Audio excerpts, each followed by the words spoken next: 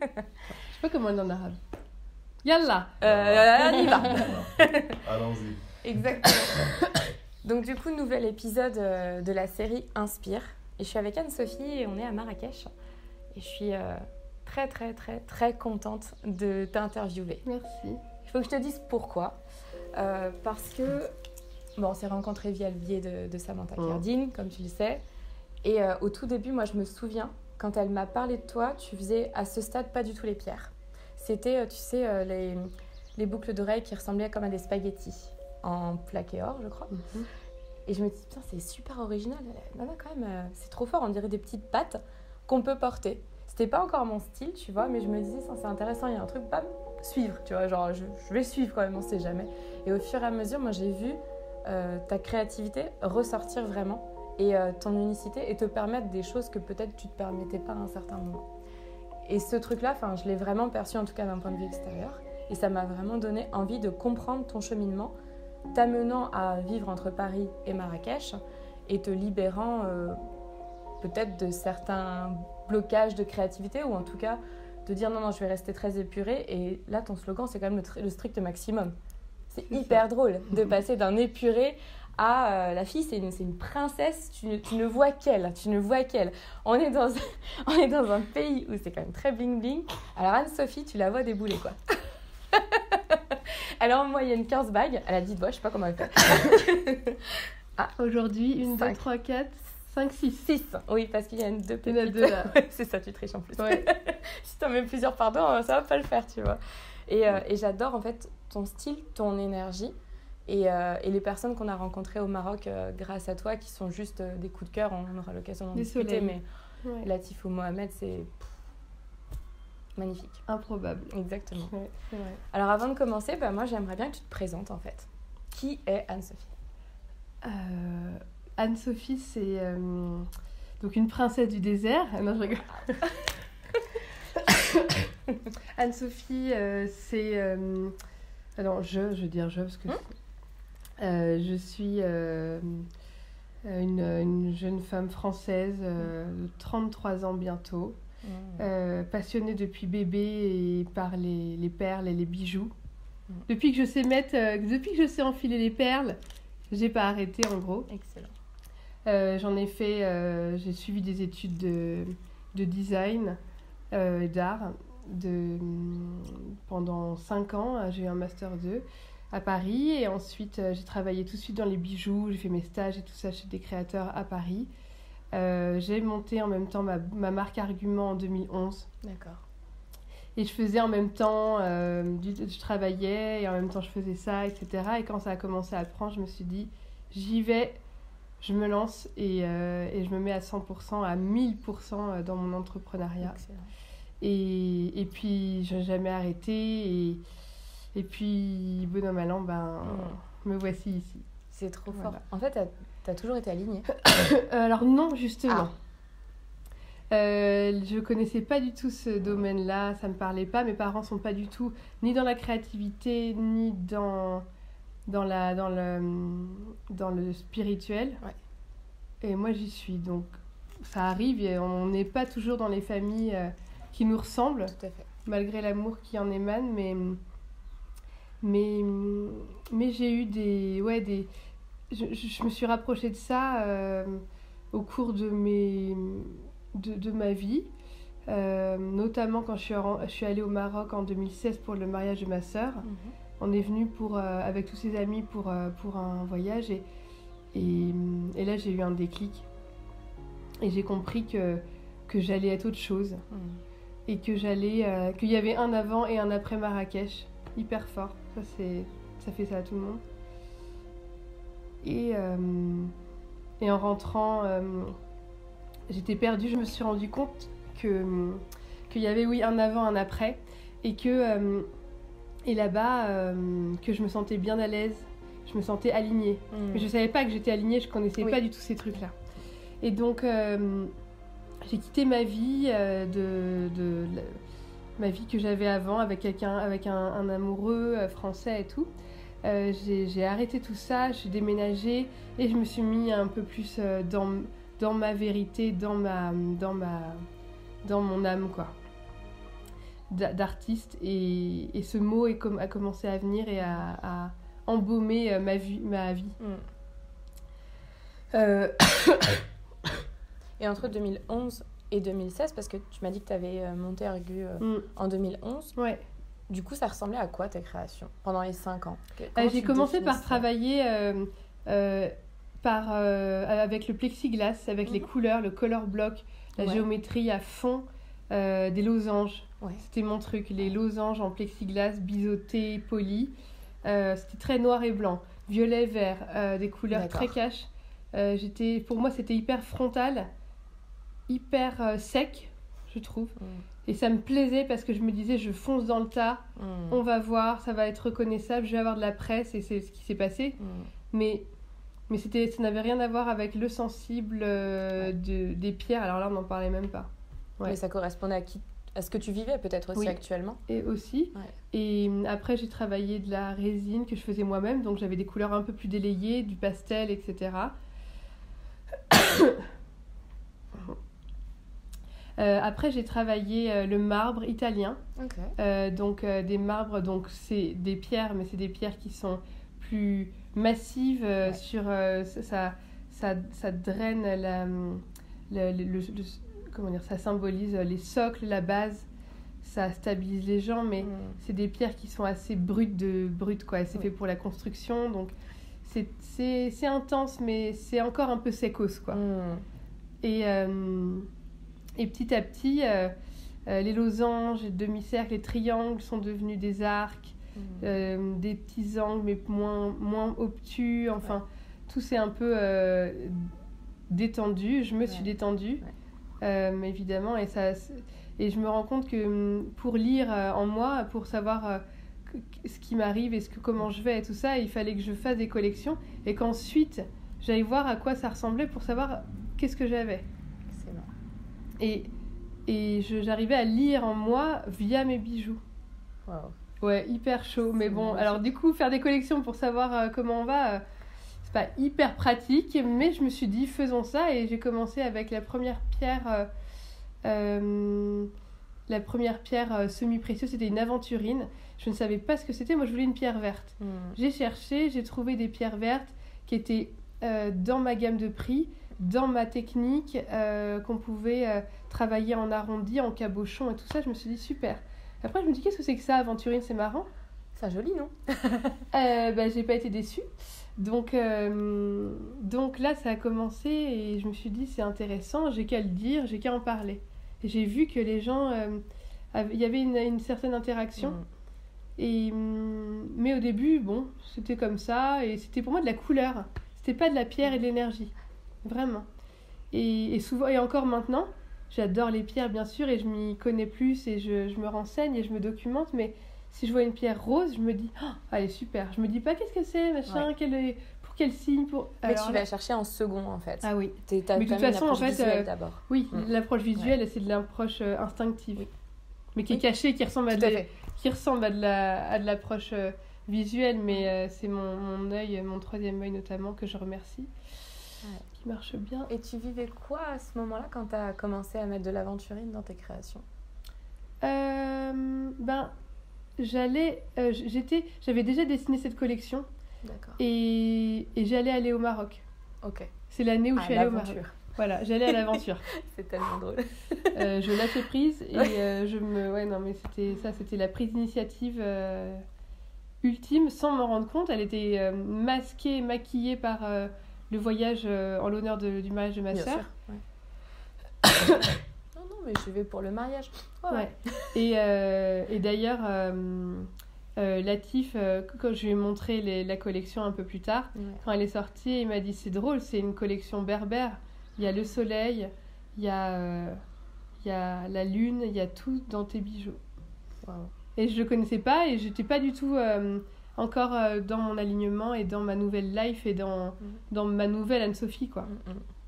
Et pourtant, tout y était. C'est magnifique.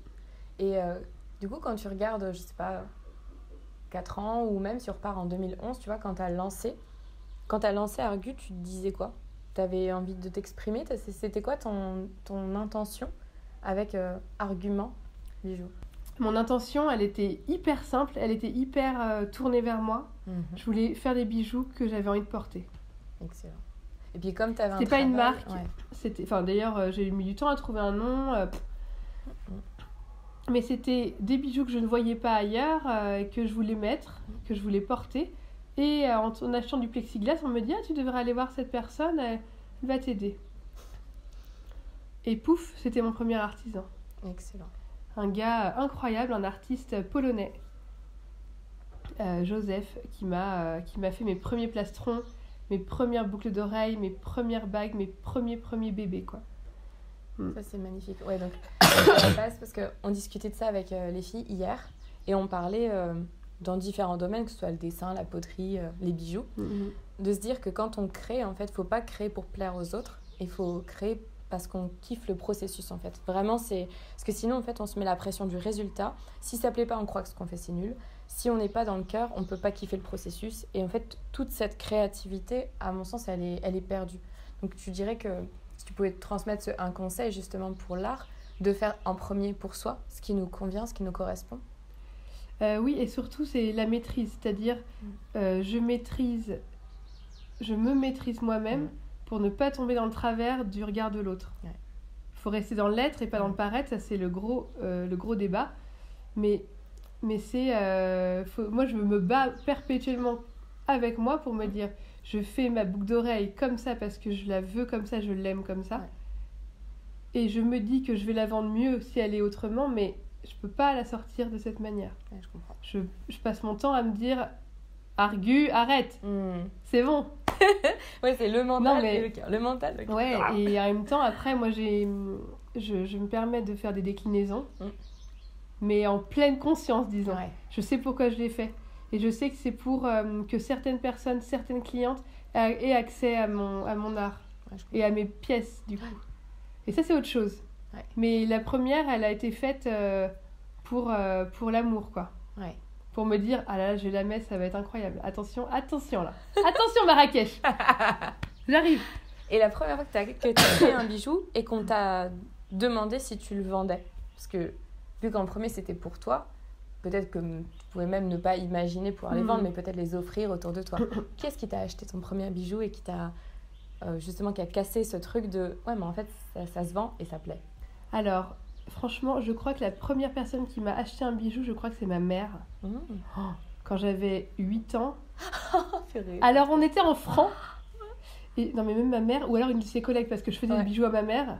Bof, hein. Elle a des reliques, mais c'est un truc de... Enfin, c'est n'importe quoi. C'est trop mignon, en même temps, c'est trop mal... Enfin, c'était bien fait, mais c'était n'importe... Bon. Alors, soit c'est ma mère, soit c'est une collègue, parce que ma mère arrivait au travail avec, et un jour, elle me dit « Anne-Sophie, j'ai des commandes. » Waouh. Et je me dis... Je dis « Mais j'ai pas assez de perles, j'ai pas assez de trucs. » Et elle me dit « On va aller acheter des perles. » Alors, ma mère m'a acheté les perles, et je récupérais l'argent.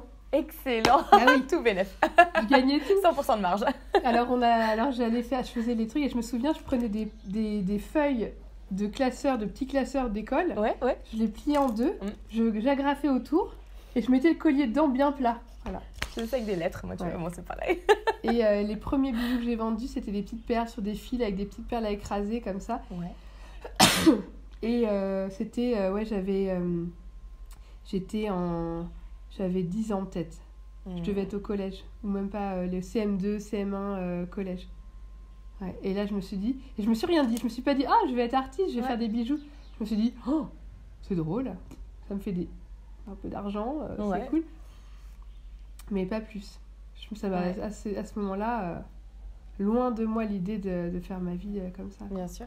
Et la première création, enfin, Argue, ou même s'il n'y avait pas encore la marque, en tout cas...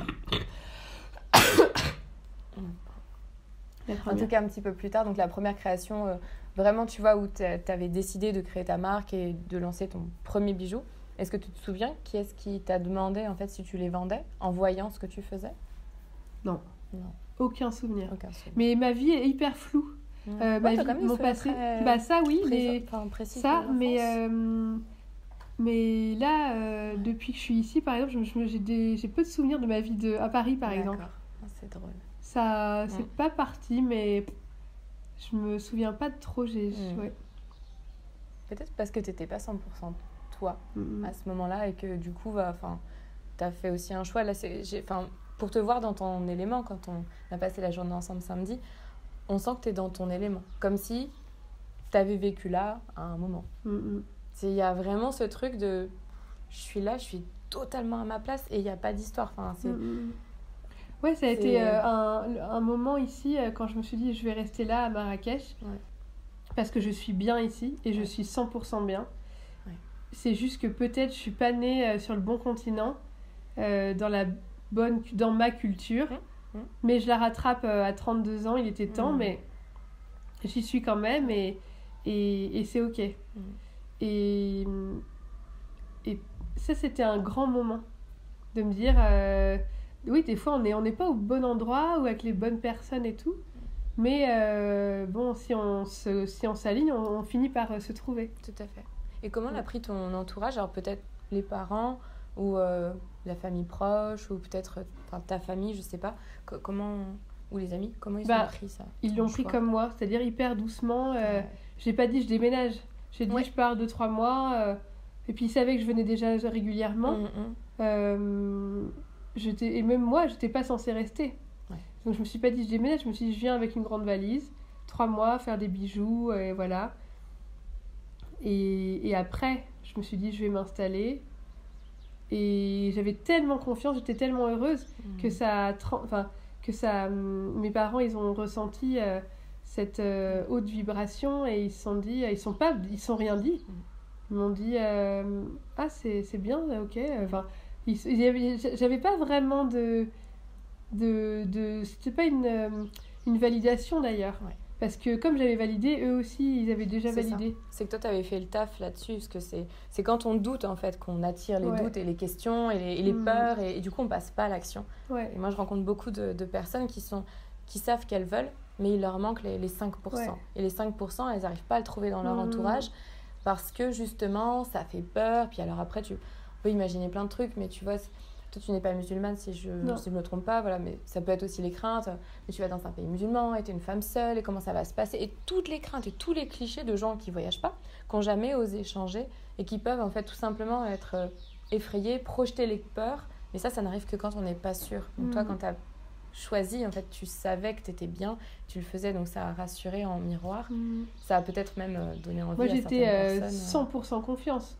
Donc, il n'y a pas un doute qui transparaissait. Donc, c'était hyper hermétique du coup, mais dans le bon sens. Ouais, mais c'est exactement. Puis c'était à la base pour une collection capsule. Un petit prétexte de plus. C'est ça. Mais c'est rassurant finalement. Non, puis de voir l'approbation, parce que ma sœur, c'est quand même ma grande sœur, j'aime bien son approbation.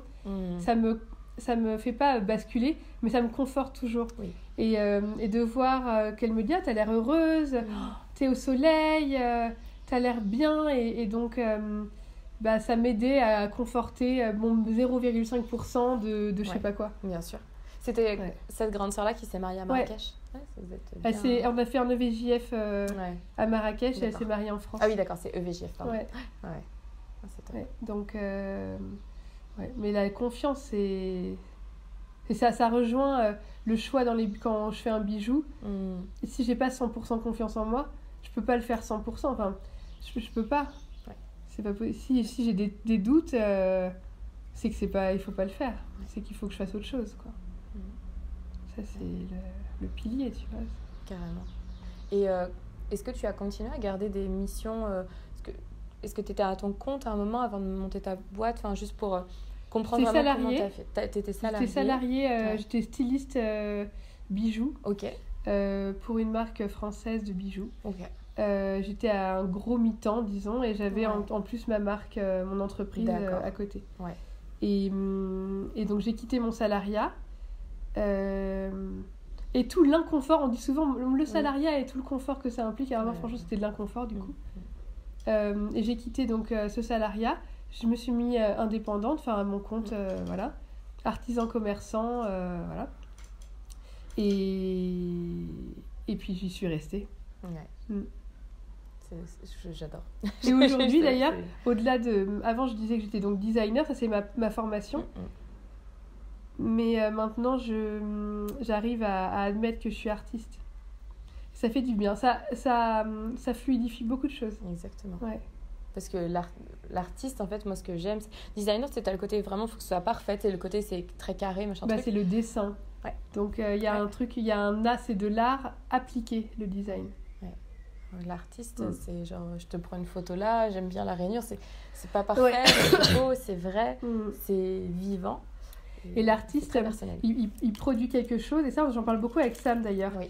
Je pense à elle, donc ça me surprend pas. Je fais quelque chose, je fais une bague, je fais quelque chose, et les gens qui aiment seront attirés. C'est exactement ça. Et je fais pas une bague parce que ça plaît et que les bagues comme ça plaît. Ça, c'est être styliste. Donc, c'est la tendance et tout ce que ça implique. Mais moi, je fais des choses et ça attire une certaine cible, ça en crée une, mais je fais pas quelque chose pour une cible. C'est ça. C'est l'énorme différence. Ouais. Et c'est ça, l'artiste, il fait les choses et les gens suivent ou non.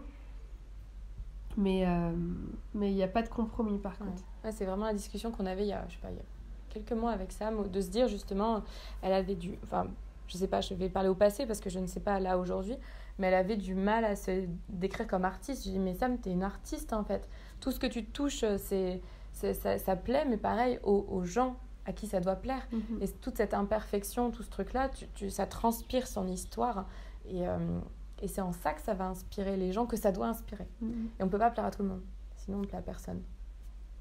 Donc je trouve ça vraiment intéressant. Et puis ça n'a aucun intérêt de plaire à tout le monde. Enfin, déjà, c'est pas possible. Et puis, et alors, si on plaît à tout le monde, mais quoi? Et toi, tu te plais déjà? C'est comment là? C'est exactement ça, à tout le monde sauf toi. C'est ça le vrai bail.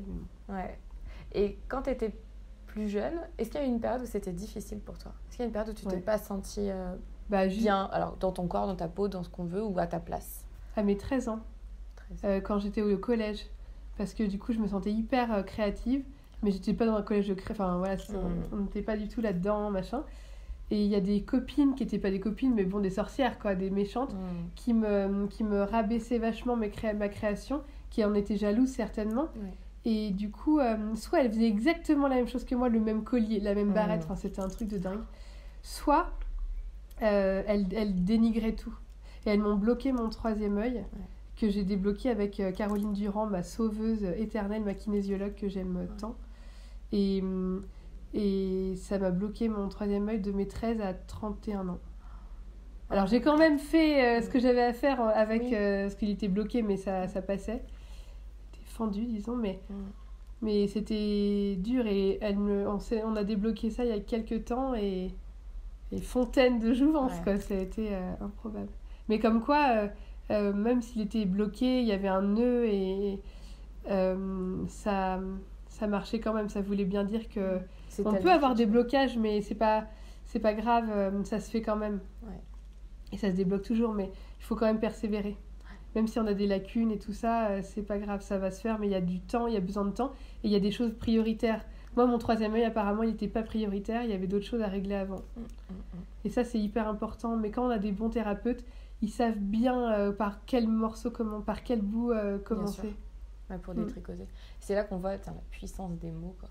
Parce que c'est bien sûr les 4 accords Toltec, mais ils n'ont rien inventé. Enfin, c'est une sagesse ancestrale de juste la puissance des mots. Le mot crée et détruit. C'est vraiment les deux. Et à 13 ans, je pense que c'est une année tellement de construction dans l'adolescence. Si on se replonge en fait en arrière et qu'on regarde qui on était à 13 ans, avec toutes nos incertitudes, toute notre peut-être mal-être corporel, le fait de rentrer dans le moule, mais tu veux clairement pas. Et moi, je me retrouve aussi là-dedans. Moi, je voulais trop être comme tout le monde. Ouais. Je et pour autant, tu étais une créatrice, donc c'était pas possible. Je comprenais pas parce que je n'étais pas comprise et je ne me comprenais pas du coup. Je me comprenais pas, je me comprenais, C'était... J'étais seule, quoi. J'étais seule au monde. J'étais seule au monde à ce moment-là. Et je pouvais pas avoir de l'aide parce que je savais pas ce qui se passait. Et encore moins mes parents, ce que j'allais dire, tes parents ne savaient pas. Mes amis n'étaient pas du tout comme moi. Ils n'avaient pas eu une créative dans le lot, en gros. Donc, d'ailleurs, cette personne qui m'a fait cette peine et ce mal, elle a fini par m'acheter un jour un bijou sur mon site. Alors là, j'ai vu son nom. Ah, ça a été un moment, je me suis dit, comme si c'était la boucle était bouclée. Ouais. C'était bon, elle avait compris au point de m'acheter un bijou. C'est dingue ça. Et aujourd'hui, c'est quoi ton processus créatif? Comment est-ce que tu crées tes bijoux? Est-ce que c'est encore par rapport à tes émotions, donc tes émotions ou tes ressentis ou ce que tu vis actuellement? Là, admettons, si tu veux bien nous en parler, qu'est-ce que tu as envie de créer actuellement par rapport à ton mood du moment? Tu es dans quelle phase de ta vie, et nous laissant transparaître ce qui pourrait sortir chez Argu, que je comprenne un peu le processus créatif. Là, ce que j'ai dans la tête, c'est mes 2 derniers grands voyages, c'était l'Inde et le Mexique. Ouais. Donc, beaucoup de perles, Ouais. de pierres évidemment. Oui. Euh, Ça brille. ouais. Et des choses hyper essentielles, des rangs de perles, comme on a fait avec les filles. Un enfilage de perles, des couleurs, des choses hyper primaires. Enfin, tu sais, le strict maximum, c'est pas forcément l'opulence. Oui. Pour moi, le strict, ça veut dire pur pour moi. D'accord. Le pur max. Ouais. Le pur maximum, c'est purement toi en fin de compte. Mon strict maximum, il me regarde, c'est le mien. Et cette médaille que tu as, c'est peut-être ton strict maximum. Il ne s'agit pas de s'en mettre partout. Ouais. C'est pas... Alors c'est drôle parce qu'on dit en français le strict minimum. Oui. Et pour moi, ça définit hyper bien la France et tout ce que j'ai quitté. C'est-à-dire que t'as rien, quoi.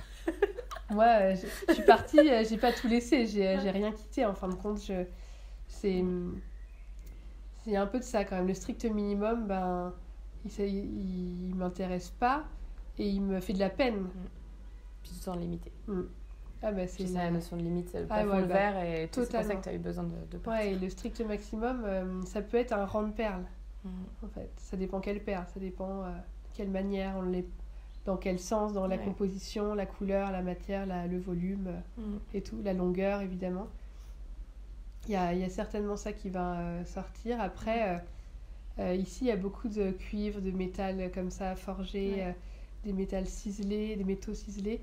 Et il y aura certainement de ça, je dessine ça en ce moment. Et là je prends beaucoup de temps aussi pour les bijoux sur mesure. Oui, qu'on me demande, les alliances... les bagues de femmes qui ont 30 ans, qui ont envie d'avoir leur bague, leur boucle d'oreille, pour des mariages, pour des mariés, des petits colliers, des grands colliers, pour des naissances, beaucoup. Et je passe pas mal de temps à faire ça en ce moment. C'est quelque chose qui m'attire beaucoup. Je sens que, sans beaucoup en parler, les gens viennent à moi, comme un besoin et comme une urgence, et j'adore. Ça me plaît, et en plus pour les alliances, je suis la première au courant du coup. Et ça, c'est une surprise de mon métier, que mon métier m'offre, d'être dans la confidence, et c'est arrivé pour l'instant 3-4 fois. Wow. Et ça, je ne m'attendais pas à ça. Et d'être au courant avec la personne et d'être complice et de lui dire, allez, go, ça va être génial, et j'ai hâte. Ça, c'est un bonheur, c'est un cadeau. C'est des bijoux magiques que tu fais. Hein. Il y a un truc, c'est pas juste un bijou. Enfin, moi, je ressens que c'est pas juste un bijou. Mais déjà, le bijou, c'est un domaine, c'est un objet très particulier parce que c'est un objet de la passation, de la transmission. C'est un objet du sentiment. Il y a des bijoux qu'on cache, qu'on montre pas du tout. Il y a vraiment tout un panel, c'est un domaine infini. Et depuis la nuit des temps, au Mexique, j'ai vu des colliers de perles qui dataient de plus de 4000, 5000. Enfin, c'est infini aussi depuis toujours. Et ce qui est beau, c'est que c'est ornemental, donc on dit qu'on n'en a pas un besoin vital, bien sûr. Mais il y en a toujours eu. Oui, c'est toujours. comme les silex qui sont faits pour découper de la viande, mais qui sont ornés, qui sont décorés et tout. Donc ça veut bien dire que en l'homme, il y a ce besoin d'identification, de plaisir, de joie dans la beauté inscrite, quoi. Moi, ça me parle beaucoup parce que je sens bien que je suis un peu comme un messager. Les gens, ils veulent des choses et je les aide à les transcrire et à les fabriquer du coup après, mais Mais ça me semble hyper fluide maintenant que je suis ici. Oui. Pourtant, en France, j'étais hyper heureuse. À Paris, j'avais une vie... c'était exceptionnel quand même. Je faisais ce que je voulais à Paris. C'était... Je suis pas nostalgique du tout, mais c'était vraiment déjà bien. J'ai pas fui quelque chose. Oui. Vraiment pas. Et je comptais pas fuir, je comptais rentrer, mais bon. Même. Et finalement, ici, on dit au Maroc tout est possible, et il y a ce truc dans ce pays qui me émeut à chaque jour, c'est que tout est possible, mais tout est vraiment possible. C'est exactement la discussion qu'on a avec notre amie hier soir. C'est pas... En France, on est hyper castré à ça, je trouve. Même moi qui ai toujours eu tout ce que je voulais, en gros, dans ma vie, tout s'est toujours bien passé. Ouais. Et ben, j'ai jamais eu de rêve. J'ai jamais rêvé d'être créatrice. J'ai jamais rêvé d'être artiste. Tu te laissais mais jamais aller, je me serais j'aurais jamais osé rêver de ça. Ouais. Parce que il faut être sage, faut avoir un bon job, il faut réussir à subvenir à ses moyens tôt, à 20 ans, à je sais pas quel âge. Beaucoup moi, j'ai de jamais rêvé. Beaucoup de limites, pas trop briller aussi. Je pense que quand on est une femme, on nous apprend pas non plus à prendre l'ampleur. Moi, j'étais bavarde quand j'étais petite. Ouais. Mais sans blague. Mais heureusement, c'était un reproche. Bulletins, non, c'est ça. Bien sûr. Trop bavarde trop. Non. Ouais, c'était un reproche. Et là, toute mon école, mon master 2, il m'a appris à m'exprimer. Tout ce qu'on nous a retiré en étant enfant. Bien sûr. Mais c'est fou, quoi. Ouais. C'est le monde qui marche à l'envers, sur la tête. Et c'est vrai qu'ici, il y a une liberté, une fluidité. C'est ça que moi, alors, au-delà du strict maximum, il y a la fluidité marocaine. Ça, c'est un truc qui est précieux pour moi, que j'utilise chaque jour. Et dans mon processus créatif, il y a cette fluidité. Il y a des jours où ça va pas, et ben je me permets de rien faire. Et de me dire, tiens, qu'est-ce qui se passe ? Qu'est-ce qu'on fait ? Ah, on a envie de se promener. Ah, on a envie de dormir. Ah, et mais le lendemain, ce sera productif. Et parce que j'aurai pris tout ce qu'il fallait, sans me dire, allez, il est 9h, là, il faut, je dois... Le processus est intéressant. Est-ce que tu sais dire de quoi tu as le plus manqué quand tu étais plus jeune, donc enfant et adolescente, de quoi tu as le plus manqué ? D'encouragement. Ouais, je pense. Ok, donc je comprends pourquoi tes bijoux sont magiques. Ouais. Je pense... Tu transmets ce dont tu as le plus manqué. Ouais, je pense l'encouragement. Et pourtant, ma famille, et ma mère et mon père, ils étaient hyper... quand même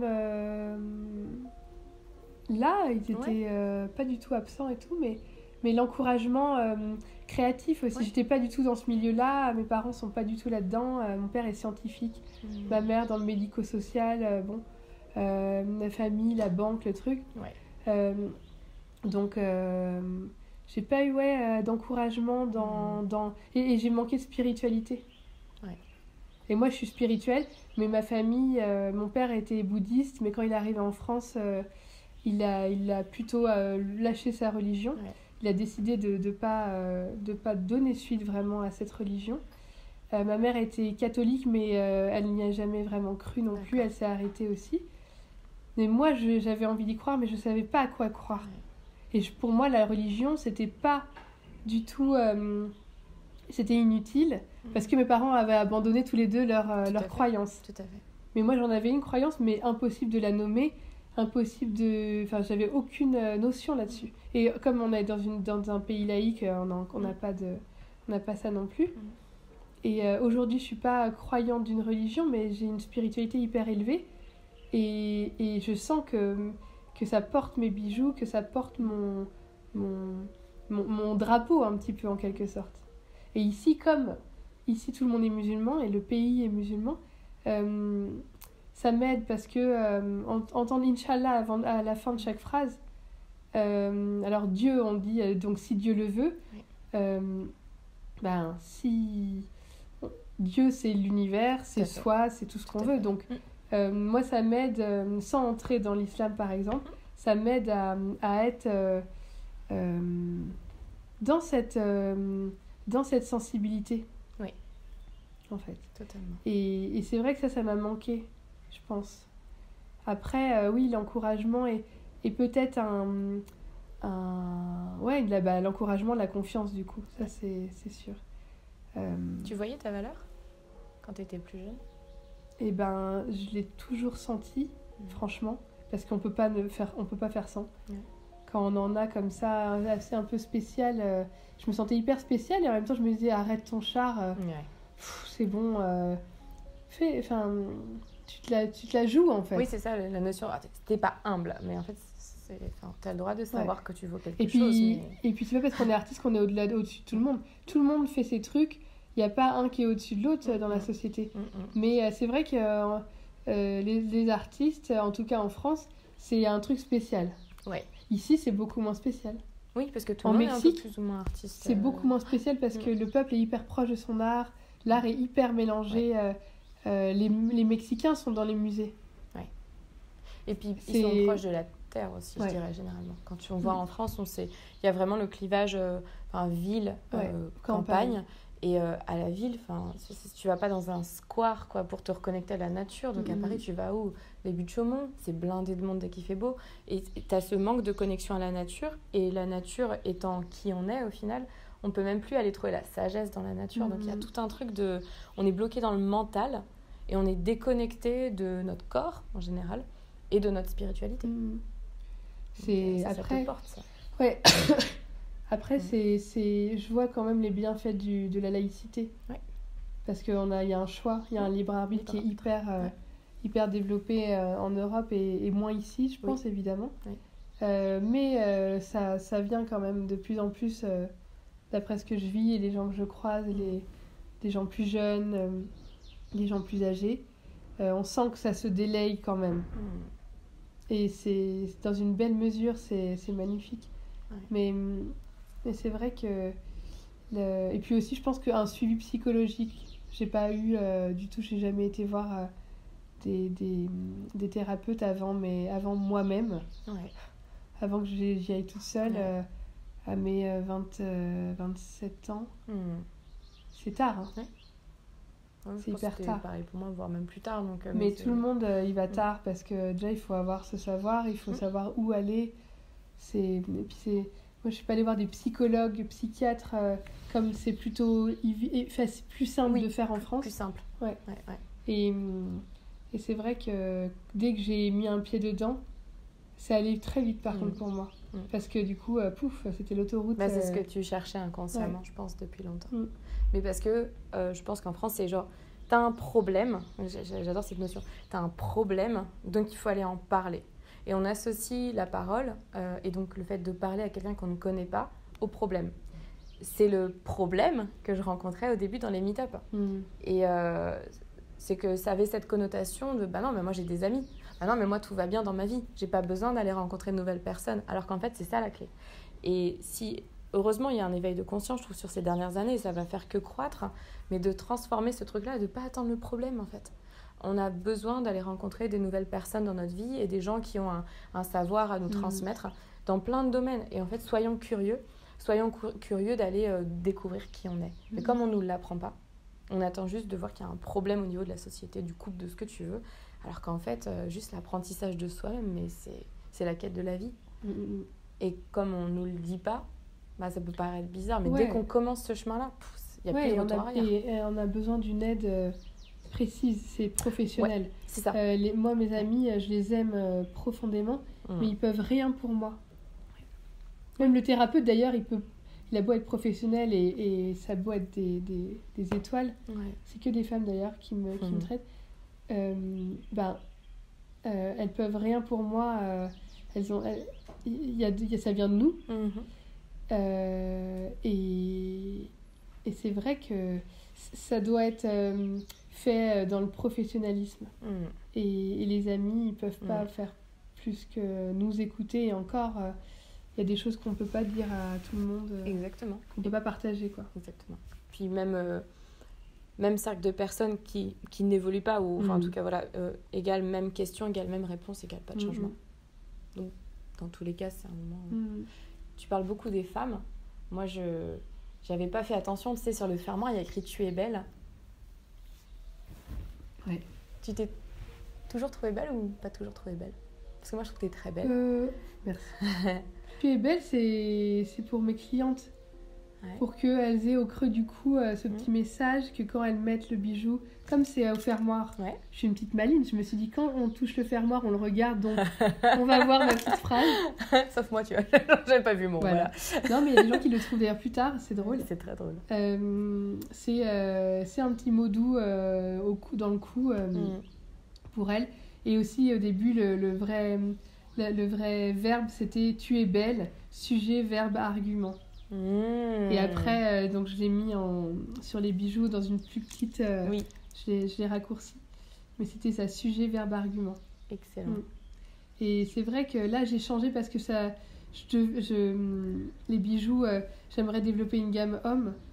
Et donc, il va y avoir des nouvelles petites phrases. Trop bien. Qui sont mixtes et en tout cas sans genre. Ouais. Et. Parce que c'est assez intéressant, il y a un grand débat en France qui est très très très intéressant, auquel je participe pas du coup en étant au Maroc, sur le genre. Et dans le bijou, le bijou n'a pas de genre déjà depuis la nuit des temps, il est devenu avec notre civilisation, mais il est devenu un peu féminin et connoté de coquetterie et voilà. Mais les hommes portaient très bien les plastrons, les Bien bracelets, les bagues, les tiares et tout ça. Ouais, et c'est vrai que moi, comme je suis passionnée par les antiquités et que j'ai beaucoup je me documente beaucoup sur les objets anciens et bijoux anciens, je vois plein de bijoux qui étaient portés par des hommes. Et c'est vrai qu'on me demande beaucoup, mais et ça va venir en temps et en heure. Pour l'instant, non, mais j'aimerais bien développer aussi une gamme homme. Ouais, t'as un client là. En fait, une gamme homme, mais une gamme en fait pour tout le monde. C'est ça, on revient encore au truc. C'est qui veut porter mon bijou le porte. C'est exactement ça. Parce que tu peux avoir un jour envie de quelque chose de très fin et très féminin, et puis un jour quelque chose de plus massif et avec lequel tu vas te sentir bien dans ton énergie du moment, et peut-être parce que tu as besoin de mettre plus de force ce jour-là, j'en sais rien. Et puis la finesse, un homme peut porter un bijou fin. Tout à fait. Ouais, c'est pas, ça va, c'est l'un et l'autre. Hein. Ouais. Le yin, le yang. Et les femmes peuvent mettre des très gros bijoux, des très fins. Ça, c'est hyper libre. Et c'est ça aussi l'important, c'est que dans les collections, j'essaie de les faire hyper variées, mais je pense que moi, je les fais varier parce que j'ai envie de tout mettre. Oui. Et donc, il faut pas que tout se ressemble. Il faut pas que tout soit à la même longueur. Oui. Il faut pas que tout soit à la même couleur, machin. Pour que on mélange, et c'est comme ça qu'on fait son identité aussi. C'est comme ça qu'on crée ces trucs. Tout le monde a ses petites... En ce moment, tout le monde ramène ses petites médailles d'enfance pour mettre avec d'autres choses, etc. C'est ça qui fait la carte d'identité des gens. Exactement. Comme un tatouage. Ouais. Mais voilà, qu'on ne garde pas et qu'on peut changer, varier. Qui est malléable, du coup, qui est variable. Ouais, tout à fait. Trop bien. Est-ce que tu aurais peut-être un message, pas un dernier, mais un message à passer à des personnes qui n'osent pas, qui peut-être ne croient pas en elles, en eux, à se lancer tout simplement? Tu aurais quoi à dire? Se lancer ou croire en ou. Oui, le message, c'est de commencer par à sa hauteur, à son niveau. Si on a envie de faire un bijou et qu'on n'est pas créateur, et ben déjà on va trouver des perles, des trucs, du fil. Si c'est mal fait, c'est pas grave, mais déjà c'est fait. C'est ça. Et au début, moi, les prototypes, les premiers bijoux, c'était le plus dur à faire. Parce qu'il fallait faire le premier.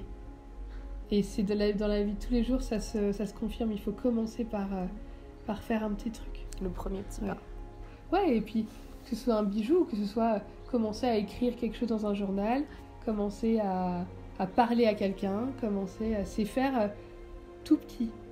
Faut voir, on voit pas trop loin, ça sert à rien de voir trop loin parce que ça cristallise tout. Exactement. Il vaut mieux voir jusqu'au bout de ce qu'on dit, voir au bout de son nez, franchement. Ouais, c'est suffisant. Oui. On dit, tu vois vraiment que jusqu'au bout de ton nez, mais c'est déjà pas mal. Parce que déjà, on voit quelque chose. C'est exactement ça, parce que ça sert à rien de voir loin. Alors c'est ce que je dis tout le temps, ça se trouve là, je sors, je me fais renverser, on n'en sait rien, mais ça se trouve, je sors, je rencontre quelqu'un qui m'emmène ailleurs. Et avoir la capacité, c'est là aussi où je te rejoins sur le si Dieu le veut, en fait, en gros, on remplace Dieu par l'univers ou ce qu'on veut, peu importe, c'est de se dire, mais Avant, moi, je voyais comme ça. J'étais dans un système très binaire. Ça va être ça ou ça. Par rapport à mon passé, ça peut être que ça.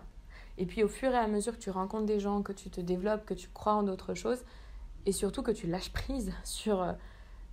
je peux pas contrôler l'avenir, quoi. Et je peux pas contrôler ce qui va m'arriver, mais je peux contrôler comment je vais faire. Bah, d'un coup, tu as tes œillères qui s'ouvrent, et c'est plus 2 possibilités ou 3. C'est un nombre infini de possibilités en fonction de ce qui va se passer, et surtout en fonction de comment on est à l'intérieur. Si moi, à l'intérieur, je suis vraiment consciente que c'est ce qui va se passer, je vais créer toutes les possibilités. Si par contre, à l'intérieur, je suis hyper stressée, et je pense que ça va être ça ou ça, c'est ce qui va m'être servi. Et en effet, je pourrais m'en vouloir qu'à moi, quoi. En gros, j'ai créé cette réalité. C'est exactement ça. Mais sur la responsabilité, ça c'est encore un autre sujet, mais ça c'est, on dit l'avenir, on sait pas, oui, non, mais on sait pas, mais tant mieux. Et il n'y a pas de problème, tout est bien fait. Ouais, tout doit s'accorder dans notre, dans notre fluidité, quoi. Tout se fait, toujours. Exactement. Peut-être pas de la manière dont on en a imaginé, mais je trouve ça qui est magique. On imagine toujours, non mais... C'est ça, c'est qu'on imagine de travers. Déjà, on est bien trop... on n'est pas assez évolué pour imaginer... on m'aurait dit, quand tu auras la trentaine, tu seras là, faire des bijoux pour les gens. Et c'est quoi non, mais quoi moi, j'aurais dit, non, j'ai peur. C'est ça t'aurait bloqué, en fait, total. C'était mieux de pas le savoir. Et puis j'y croyais, j'y aurais pas cru, franchement. Mais faut pas trop visualiser, pas trop loin. Bien sûr. Merci beaucoup. De rien. C'était trop top. C'était vraiment passionnant, j'adore ton parcours. Et puis, je veux bien que tu nous fasses voir, du coup, ce que tu as sorti, peut-être, les petites créations. Et qu'on regarde rapidement.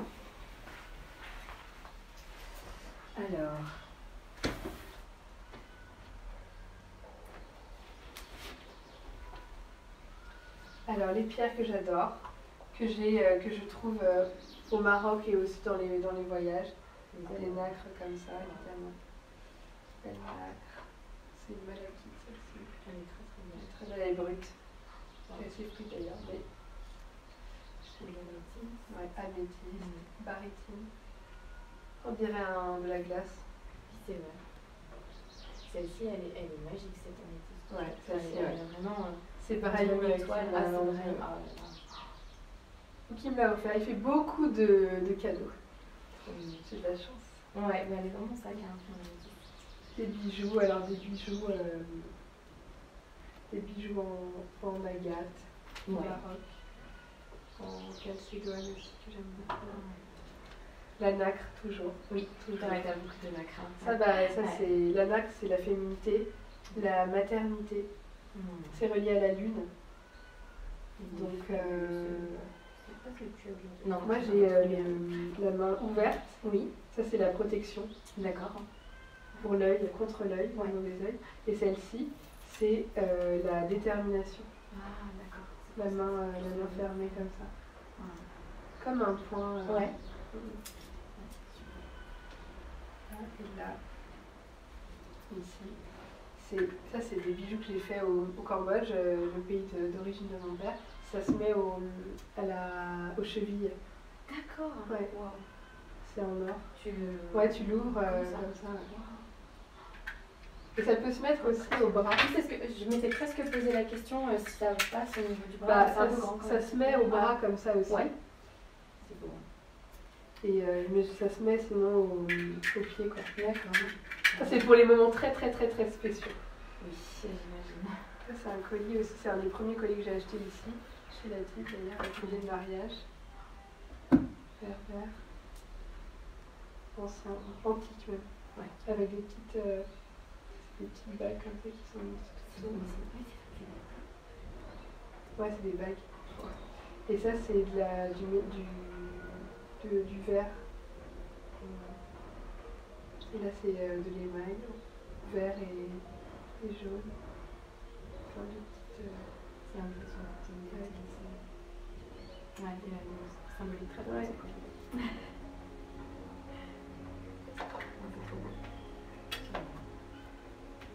Alors du coup, est-ce que tu as pensé à ma requête et qu'est-ce que tu penses qui serait bien pour moi? Moi, je te fais vraiment confiance sur ça et je me suis dit, je suis ce que le guide. Comme par hasard, c'est mon premier truc qui m'a tapé. Il est trop beau. Ouais, le lead, c'est hyper important pour toi parce que il va falloir que ouais, tu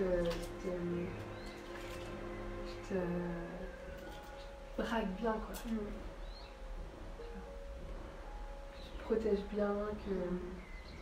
Et après, ouais, je l'ai pas là aujourd'hui, je l'ai en chaîne. Ouais. Mais toi, je me dis avec... c'est pas que féminin, mais Wonder Humanity, mais il y a beaucoup de femmes. Oui. Et les perles, c'est hyper réconfortant, hyper doux. Tu vois. Et féminité, maternité. Alors, maternité, c'est pas forcément l'enfant, c'est materner, maternant, et comme tu l'es pour les filles, je me suis dit que ce serait une belle. À juger vendu. Si celui-là est en vente, ouais. Ouais, il est en vente. Et je te laisse me le mettre pour la symbolique. Parce que c'est important pour moi aussi.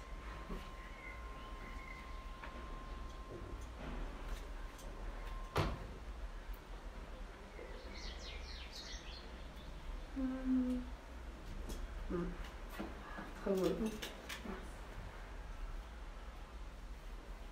Trop bien, mais merci pour elles, hein, parce que elles avaient l'air. Elles sont transformées. Ah ouais. Tu vois le avant après. Wow.